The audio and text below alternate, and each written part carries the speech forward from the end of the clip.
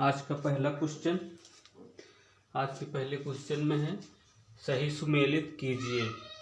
तारीखे अलाई, तारीखे फिरोजशाही, रहेला, सियासतनामा। दूसरी तरफ है इक्ता व्यवस्था, डाक व्यवस्था, बाजार नियंत्रण व्यवस्था, जौहर प्रथा का वर्णन। इसको एक इधर से उधर को सुमेलित करना है। आइए देखते हैं एक एक क्वेश्चन की। नीचे से चलते हैं हम लोग सियासतनामा से। सियासतनामा, सियासतनामा इसके लेखक हैं निजामुल मुल्क। सियासतनामा के लेखक हैं निजामुल मुल्क।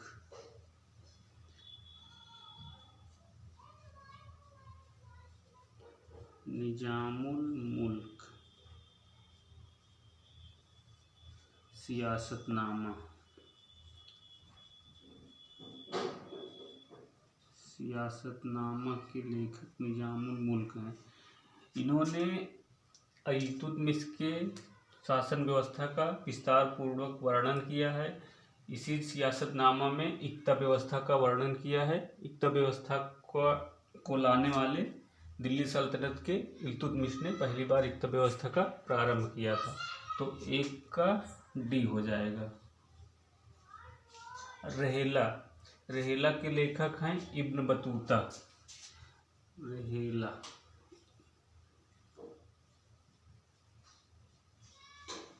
Ibn Battuta.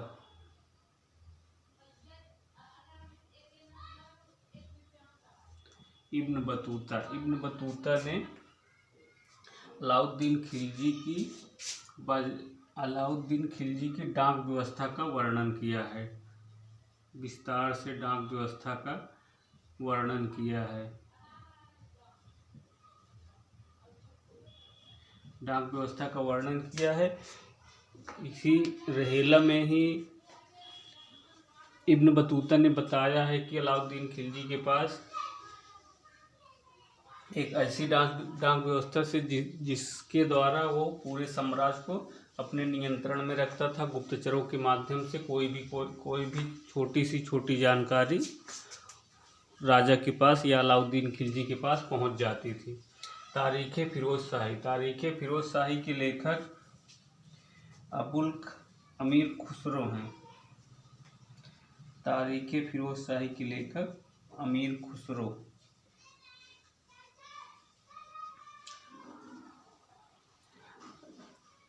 तारीखे फिरोजशाही, तारीखे फिरोजशाही में बाजार नियंत्रण का उल्लेख मिलता है। तारीखे फिरोजशाही का हमने शायद अमीर खुसरो बता दिया। तारीखे फिरोजशाही बर्नी की रचना है। बर्नी ने ही लिखा है कि अलाउद्दीन खिलजी के पास 4,75,000 सेना थी। इसी सेना का खर्चा उठाने के लिए अलाउद्दीन ने बाजार नियंत्रण व्यवस्था लागू की थी।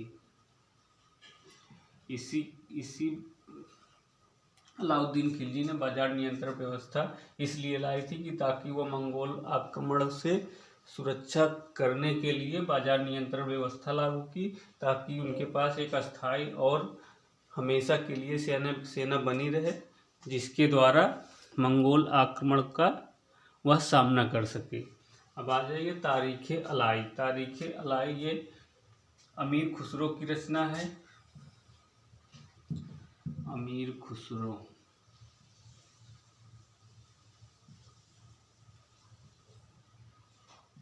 तारीखे अलाई अमीर खुसरो की रचना है। इसी में वर्णन मिलता है कि अलाउद्दीन खिलजी ने रणथंभौर पर आक्रमण का विस्तार से वर्णन किया है। इस आक्रमण के समय अमीर खुसरो अलाउद्दीन खिलजी के साथ था। रणथंभौर,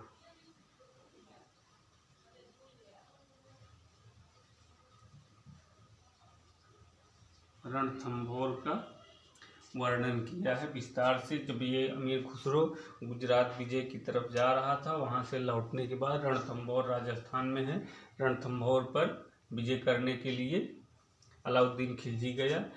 उसी रणथंभौर विजय का वर्णन अमीर खुसरो विस्तार से करता है। इसमें पहली बार जौहर प्रथा का वर्णन हुआ है। इसी तारीखे अलाई में ही जौहर प्रथा का वर्णन किया है। जौहर प्रथा यह होती है जब राजपूत रणथंभौर राजपूतों के अधीन किला था। जब यहाँ अलाउद्दीन खिलजी ने आक्रमण किया तो यहाँ के पुरुषों ने केसरिया पगड़ी बांधकर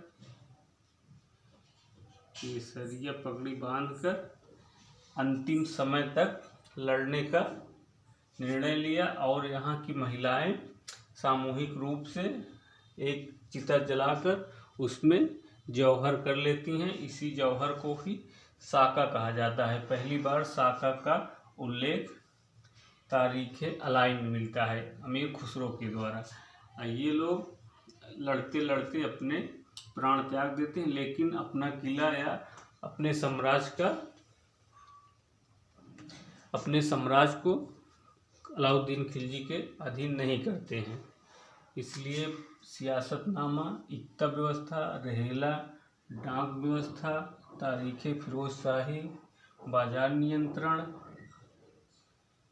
तारीख़ अलाई, जौहर प्रथा, ये 4, 3, 2, 1 इसका ए वाला ऑप्शन सही है। आइए चलते हैं दूसरे क्वेश्चन की तरफ। आज का दूसरा क्वेश्चन सही कथन है। बहराम शाह के शासनकाल में पहली बार भारत की सीमा में घुसकर दिल्ली पर मंगोलों ने आक्रमण किया। दूसरा है मंगोलों के सबसे अधिक आक्रमण मोहम्मद बिन तुगलक के काल में हुए। देखते हैं कौन सा सही है कौन सा गलत। केवल एक सही, केवल दो सही, दोनों सही या दोनों गलत। आइए एक एक व्याख्या देखते हैं। बहराम शाह के शासनकाल में पहली बार भारत की सीमा में घुसकर मंगोलों ने आक्रमण किया। पहला मंगोल आक्रमण का खतरा देखें तो हम इल्तुतमिश के शासनकाल में इल्तुतमिश के शासनकाल में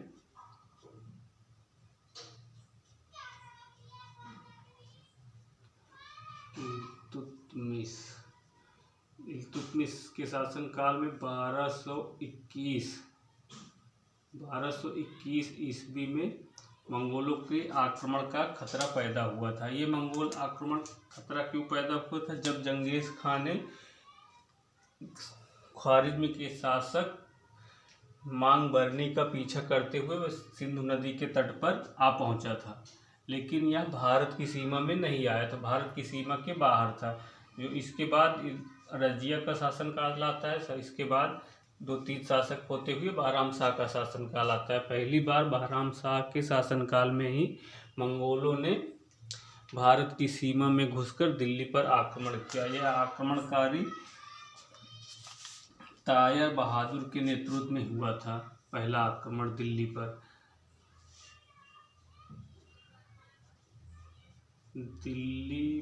पर पहला मंगोल आक्रमण तायर बहादुर के नेतृत्व में हुआ था।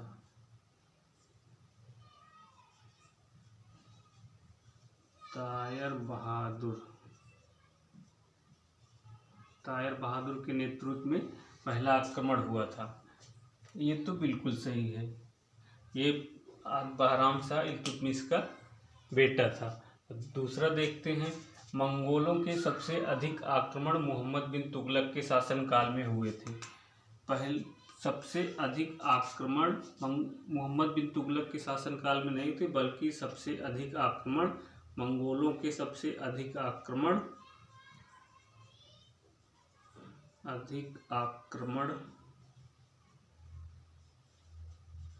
अलाउद्दीन खिलजी के शासनकाल में हुए थे।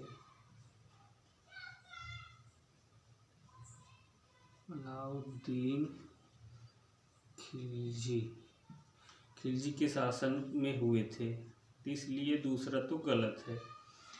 अलाउद्दीन खिलजी के शासनकाल में सबसे अधिक और सबसे भयानक आक्रमण हुए थे। अलाउद्दीन खिलजी के शासनकाल में कुल 6 आक्रमण हुए थे, जो किताबों में उल्लेख मिलता है।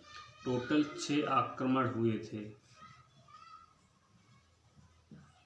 ऐसी आक्रमण को रोकने के लिए अलाउद्दीन खिलजी ने बाजार नियंत्रण व्यवस्था लाई थी, जिसके वो परमानेंट सैनिक अपने पास रखा उसी के द्वारा मंगोलों से दिल्ली की सुरक्षा भी की थी। मंगोल के 6 आक्रमण देखते हैं। पहला आक्रमण तो कादर के नेतृत्व में हुआ था। पहला आक्रमण कादर, दूसरा साल्दी बेग, ये सब मंगोल ही हैं। तीसरा कुतलुक ख्वाजा के नेतृत्व में हुआ था, कुतलुक ख्वाजा। चौथा आक्रमण तारगी बेग के नेतृत्व में हुआ था। ये सब सिंगल अकेले सेनापति थे। जो 5वां और 6ठा आक्रमण है, इसमें 3 लोग एक साथ 3 सेनापति आए थे, जिसमें 3 नाम, एक का नाम भी याद नहीं आ रहा। टोटल 6 आक्रमण हुए थे, इसलिए ये दूसरा तो गलत है, इसलिए इसका केवल एक ही सही है। आइए अगले क्वेश्चन की तरफ चलते हैं। आज का तीसरा क्वेश्चन सही सुमेलित नहीं है। इसमें देखना है कौन सा सही नहीं है। नवपाषाण काल, कृषि और पशुपालन, हड़प्पा सभ्यता, कांस्य युग, पूर्व वैदिक काल, निर्वाह अर्थव्यवस्था, बुद्ध काल, प्रथम नगरीकरण। ABCD इसमें से एक सही नहीं है, उसी को चुनना है। आगे देखते हैं। नवपाषाण काल, कृषि और पशुपालन। नवपाषाण काल में कृषि और पशुपालन। नवपाषाण काल में देखा जाए तो नवपाषाण काल में कृषि की शुरुआत हो गई थी। इससे छोटे छोटे गांव बसने लगे थे, क्योंकि कृषि अगर करना है तो एक जगह रहना पड़ेगा, उनको पानी, खाद आदि चीज़ देना पड़ता था। इसलिए छोटे छोटे गांव बसने लगे। कृषि करने के लिए एक जगह रहना पड़ता था, इसलिए नवपाषाण काल में मानव जीवन अस्थायी हो गया था। अब कृषि करने के लिए पशु की आवश्यकता होती है। पशुपालन भी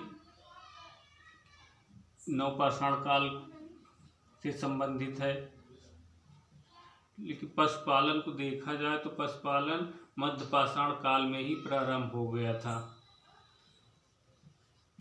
मध्यपाषाण काल में पशुपालन प्रारंभ हो गया था। पहला जब मानव द्वारा पहला पाला गया पशु कुत्ता था।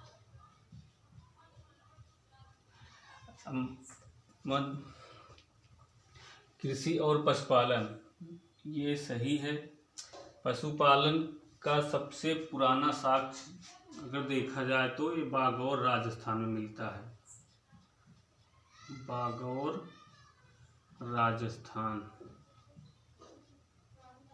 एक जगह और है, ये है मेहरगढ़। मेहरगढ़ नहीं है, याद नहीं आ रहा, ये मध्य प्रदेश का है। 2 जगह बागौर और आदमगढ़ है। आदमगढ़ ये मध्य प्रदेश में है। 2 जगह से सबसे पुराने साक्ष्य पशुपालन के मिलते हैं। और कृषि का सबसे पुराना साक्ष्य मेहरगढ़ से बलूचिस्तान में मिलते हैं, इसलिए ये पहला ए वाला ऑप्शन सही है। दूसरा हड़प्पा सभ्यता, कांस्य युग, ये भी सही है, क्योंकि हड़प्पा सभ्यता के अंतर्गत कांस्य युग मिलता था। कांसा बनाने की विधि हड़प्पा वासियों को पता थी। ये तांबा और टीन को मिलाकर कांसा बनाते थे। तांबा और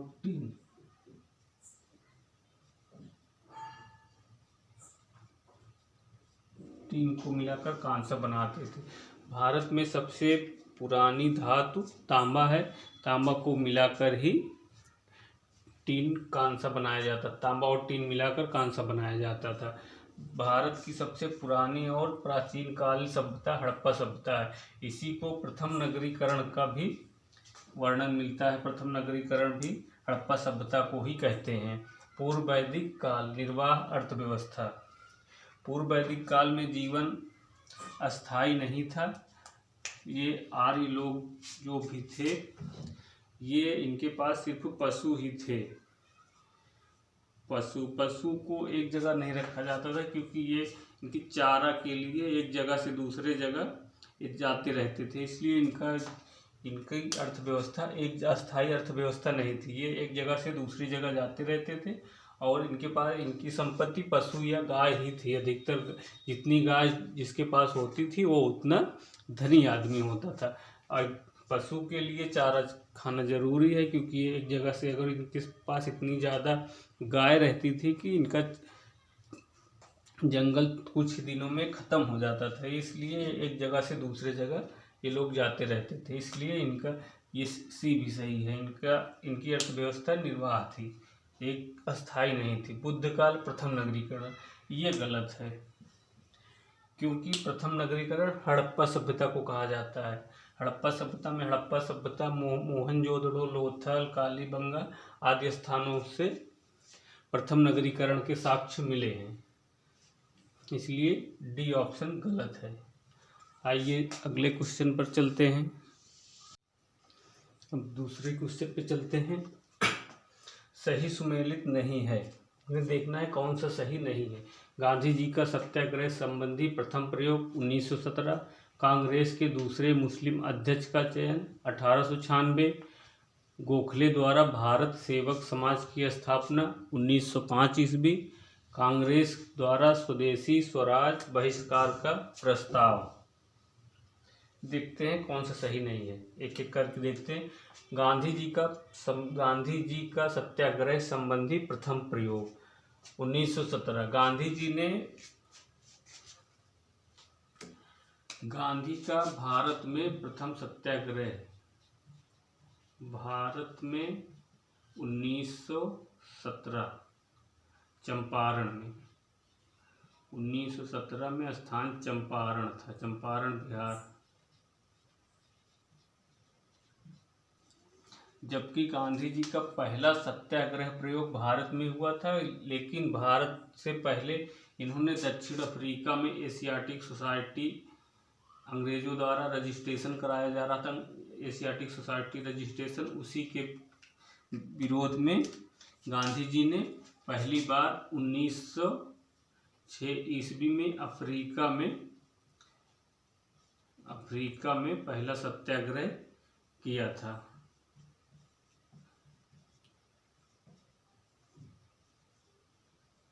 इसलिए पहला तो गलत होगा, क्योंकि भारत पे नहीं पूछा है, सत्याग्रह पहला प्रयोग पूछा है। पहला प्रयोग अफ्रीका में हुआ था, गांधी जी ने किया था। दूसरा देखते हैं, कांग्रेस का दूसरे मुस्लिम अध्यक्ष का चयन, ये सही है। कांग्रेस के दूसरे मुस्लिम अध्यक्ष का चयन 1896 ईस्वी में हुआ था। इसमें पहले मुस्लिम अध्यक्ष कांग्रेस के दूसरे अधिवेशन में हो गए थे 1886, जिसमें बदरुद्दीन तैयब जी थे। बदरुद्दीन तैयब जी पहले मुस्लिम अध्यक्ष बने थे, जबकि 1896 में ही 1896 में दूसरे मुस्लिम अध्यक्ष बने थे, जिसमें रहमतुल्लाह सयानी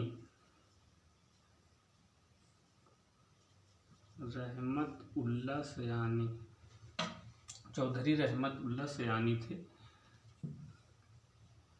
चौधरी रहमतुल्लाह सयानी ये दूसरे मुस्लिम अध्यक्ष थे। 1800 पहले मुस्लिम अध्यक्ष बदरुद्दीन तैयब भी थे, दूसरे मुस्लिम अध्यक्ष चौधरी रहमतुल्लाह सयानी थे, ये दूसरा भी सही है। तीसरा, गोपाल कृष्ण द्वारा भारत सेवक समाज की स्थापना, ये भी सही है, क्योंकि गोपाल कृष्ण गोखले ने 1905 में भारत सेवक समाज की स्थापना की थी। इन्होंने पूना में यह स्थापना की थी। कांग्रेस द्वारा स्वदेशी स्वराज बहिष्कार प्रस्ताव 1906, ये भी सही है। कांग्रेस का 1906 का अधिवेशन कलकत्ता में हुआ था। 1906 ईस्वी में इसके अध्यक्ष थे दादा भाई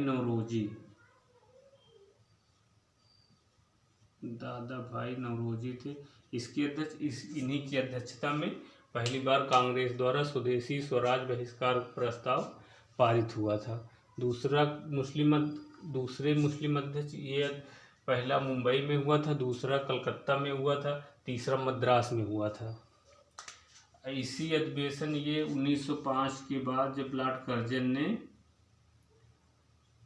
भारत विभाजन किया था, उसी के बाद जब लॉर्ड कर्जन ने बंगाल का विभाजन किया था, उसी के द्वारा कांग्रेस ने स्वदेशी आंदोलन चलाया था। उसके बाद ये कांग्रेस स्वदेशी स्वराज का बहिष्कार किया और 1906 में ये प्रस्ताव पारित हो गया। इसलिए इसका पहला भी गलत है। गांधी जी ने पहली बार अफ्रीका में सत्याग्रह का प्रयोग किया था, जबकि भारत में महात्मा गांधी ने 1917 में चंपारण बिहार में पहली बार सत्याग्रह का प्रयोग किया था। ये अगले क्वेश्चन की तरफ चलते हैं।